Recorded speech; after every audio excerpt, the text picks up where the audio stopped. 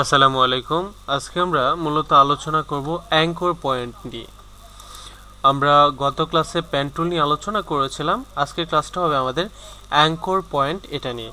তো অ্যাঙ্কর পয়েন্টটা একটু কি, আমরা যদি এটা একটু দেখি, এই যে দেখেন আমি প্রথমত একটা রেক্ট্যাঙ্গেল এঁকে এখানে নিলাম, রেক্ট্যাঙ্গেলের ফিল কালারটা অন, স্ট্রোক কালারটা অফ করে দিলাম। এবার আমরা অ্যাঙ্কর পয়েন্টটা বুঝতে একটু সুবিধা হবে। এবার আমরা যদি অ্যাঙ্কর পয়েন্টটাতে ক্লিক করি, এই যে এটা একটা অংশ, এই যে এই অংশটাকে আমরা কি করতে পারি, এই কর্নারটাকে ধরে একটু অ্যাঙ্কর করা যায়।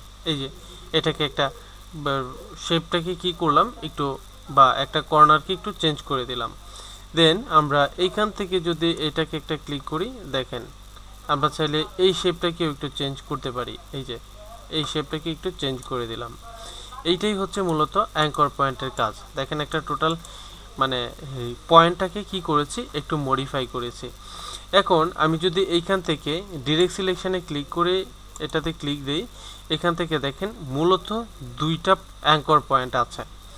এবার আমরা এই অ্যাঙ্কর পয়েন্টের এই অপশন থেকে যদি একটা অ্যাড অ্যাঙ্কর পয়েন্টে ক্লিক দিই, এখানে দুইটা অ্যাঙ্কর পয়েন্ট আছে, এখানে আমি একটা অ্যাঙ্কর পয়েন্ট অ্যাড করে দিলাম।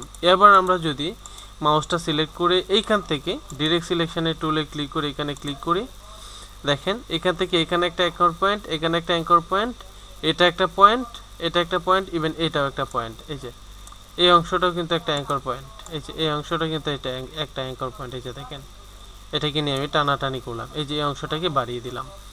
ঠিক এই যে এখান থেকে এটা হচ্ছে অ্যাড অ্যাঙ্কর পয়েন্ট, এটা হচ্ছে ডিলিট অ্যাঙ্কর পয়েন্ট। এটাতে ক্লিক দিয়ে এখন যদি আমি এই পয়েন্টটাতে ক্লিক দিই, এই যে এই অ্যাঙ্কর পয়েন্টটা কি হয়ে গেছে, ডিলিট হয়ে গেছে।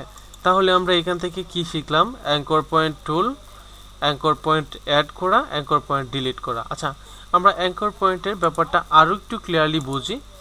আমি এখান থেকে কি করি, একটা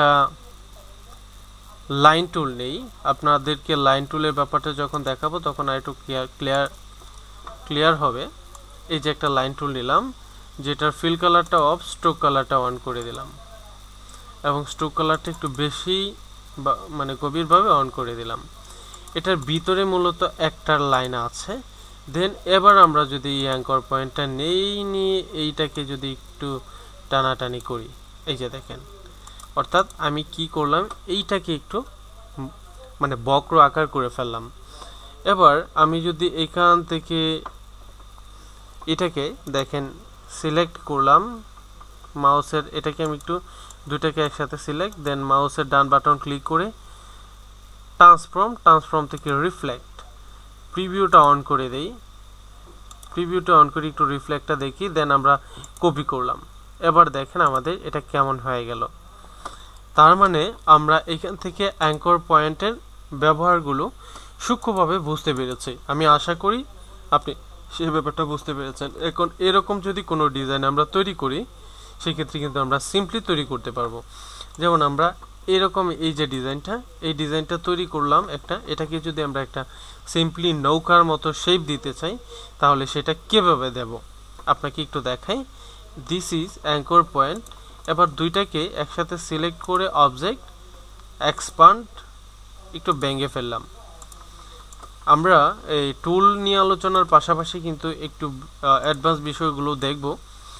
সবগুলো একসাথে সিলেকশন করার পর এখান থেকে আমরা একটা অপশান পাবো, সেটার নাম হচ্ছে শেপ বিল্ডার টুল। আমরা একই সাথে শেপ বিল্ডার টুলটা একটু দেখি। অল্টার ক্লিক করে এখান থেকে ডিলিট, এখান থেকে ডিলিট, এখানে একটা নৌকার শেপ হয়ে গেল। আমি এটাকে অ্যাডজাস্ট করে এই যে এটার সাথে মিলিয়ে দিলাম, এই পাশটাকে অ্যাডজাস্ট করে এটার সাথে মিলিয়ে দিলাম। টোটালি কি হয়ে গেছে, একটা শেপ হয়ে গেছে। এই যে সম্পূর্ণটা এখন একটা শেপ। এটা হচ্ছে আমাদের একটা নৌকা। এবার আমরা এখানে যদি একটা বইটা ব্যবহার করি, আমি এখান থেকে লাইন টুলটা একটু নেই, লাইন টুলটা নিয়ে এভাবে একটা লাইন টুল টেনে নিলাম।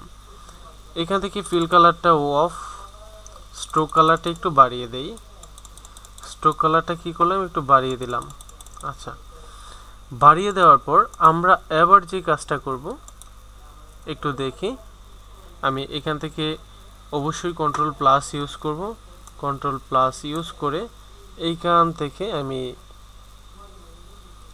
This is our anchor point. আচ্ছা, আমরা এইভাবে বড় না করে আমরা এটাকে যদি অবজেক্টে যাই, অবজেক্ট থেকে এক্সপান্ড করে দেই। এই যে এখন কিন্তু অন্যরকম হয়ে গেছে। দেন আমরা এটাতে ক্লিক করে এই শেপটাকে শুধুমাত্র একটু বড় করতে পারি। এই যে এতটুকু বড় করলাম এবং এই অংশটা থেকে এটাকে আর একটু হালকা বড় করে দেই,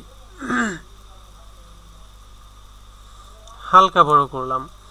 এবার এটা কিন্তু আমার একটা বইটার মতো হয়ে গেছে। এবার চাইলে আমরা এটাকেও এখানে ইউজ করতে পারি। এই যে এখান থেকে আমরা এটাকে কি করতে পারি, ইউজ করতে পারি। যাই হোক, আমরা অ্যাঙ্কর পয়েন্ট বোঝাতে গিয়ে আমরা ছোটোখাটো একটা ডিজাইনই করে ফেললাম। আশা করি আপনারা অ্যাঙ্কর পয়েন্টের ব্যাপারটা তবু ক্লিয়ারলি বুঝতে পেরেছেন। আচ্ছা, এর পরবর্তীতে আমরা এই বিষয়গুলো নিয়ে একটু আলোচনা করব। তো আজকে এই পর্যন্তই। আসসালামু আলাইকুম।